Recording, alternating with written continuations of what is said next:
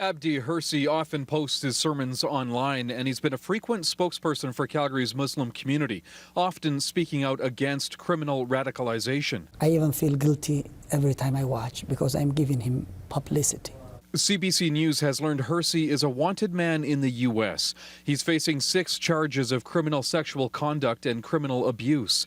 The 46-year-old is accused of fondling female patients when he worked as a respiratory therapist in Woodbury, Minnesota in 2006. Hirsi was fired from his job in Woodbury in late 2006. The Minnesota Board of Medical Practice also stripped him of his registration to practice in the state. Shortly after he lost his job, Hirsi drove from Minnesota to Windsor, Ontario. He spent a few months in Ontario where he applied for refugee status, claiming torture or death if he was sent to his homeland in Somalia. Hirsi then moved to Alberta.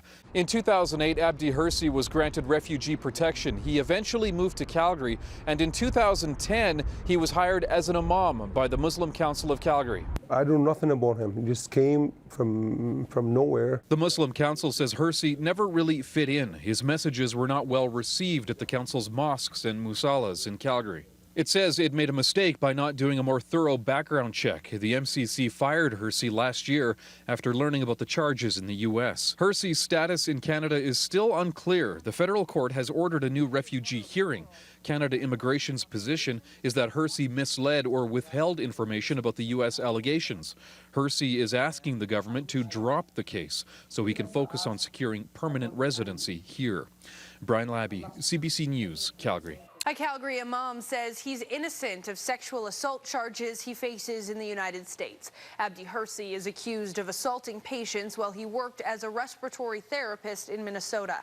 Sean Fournette reports. Imam Abdi Hirsi has become a prominent spokesperson in the Calgary Somali community.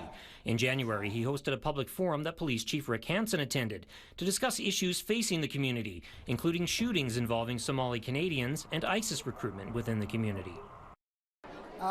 Many positive feelings of the community about this meeting. But now news has surfaced that Hirsi faces allegations of sexual assault in Minnesota back in 2006 when he worked as a respiratory therapist.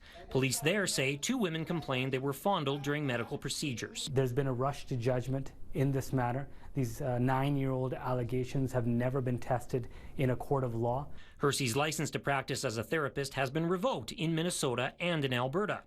The Minnesota Board of Medical Practice alleges unprofessional and unethical conduct, engaging in conduct with a patient that is sexual or may reasonably be interpreted as sexual. Hirsi's lawyer says his client went back to the U.S. at one point to face the charges, but was deported when he was released on bail. Mr. Hirsi continues to try to attend to the U.S. If the U.S. authorities were to provide him an opportunity to have his day in court, he would show up with bells on. Hirsi came to Canada as a refugee from the United States almost a decade ago, but that status was revoked when the Refugee Board learned he had outstanding charges in the U.S.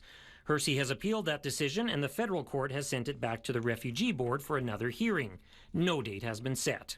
Hirsi has been involved in running the Abu Bakr Mozalla Islamic Center in southeast Calgary. People attending the Center for Prayers today declined comment on the case. We spoke to Hirsi on the phone. He said he has nothing more to add, leaving it to his lawyers. Sean Fournette, CTV News, Calgary.